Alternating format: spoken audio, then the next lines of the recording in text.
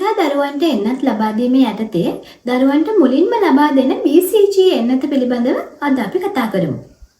BCG කියලා කියන්නේ පෙනහළු වලින් පිටත ක්ෂය රෝගය වැළැක්වීම සඳහා ලබා දෙන එන්නතක්. මේ එන්නත වම් බාහුවේ ඩෙල්ටොයිඩ් මාංශ පේශිය අසලට ලබලා දෙනවා. BCG කැරළ නැත්නම් ක්ෂය රෝගයෙන් ආරක්ෂා වීමේ හැකියාව අවම වෙනවා. ඉතින් මේ BCG එන්නත විදලා මාස 6ක් යනකොලුත් කැලලක් ආවේ නැත්නම් එහෙමත් නැත්නම් උඩට එසවුණු බිබිලක් ආවේ නැත්නම් මේ එන්නත නැවත ලබා දීම අවශ්‍ය වෙනවා. සාමාන්‍යයෙන් BCG එන්නත ලබා දුන්නට පස්සේ සතියක් සති 6ක් වගේ කාලයක් ඇතුළත මේ එන්නත ලබා දුන්න ස්ථානයේ කුඩා රතු පාට බිබිලක් ඇති වෙනවා. සාමාන්‍යයෙන් සති 6ක් 12ක් අතර කාලයක් යනකොට පොඩි ශ්‍රාවයක් සහිත කුඩා තුවාලයක් බවට මේකපත් වෙනවා.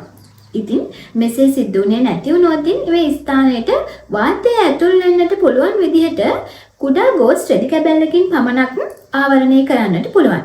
කිසි විටකත් ඇලෙන සුළු ප්ලාස්ටර් භාවිතා කරලා මේ තුවාලය ආවරණය කිරීමක් කරන්න හොඳ නැහැ. මේ BCG එන්නත විද්දට පස්සේ ඇතිවන මේ තුවාලය සාමාන්‍යයෙන් මාස 3ක් විතර කාලයක් යනකොට සුවඳට හැරෙනවා.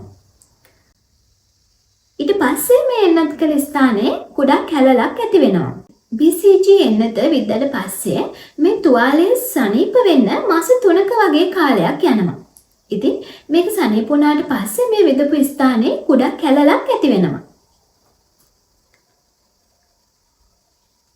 ඉතින් මේ කැලල ඇති වුණේ නැත්නම් මාස 6ක් එහෙමත් නැත්නම් අවුරුදු 5ට අඩු දරුවන්ට නැවත BCG එන්නත ලබා දෙන්න පුළුවන්.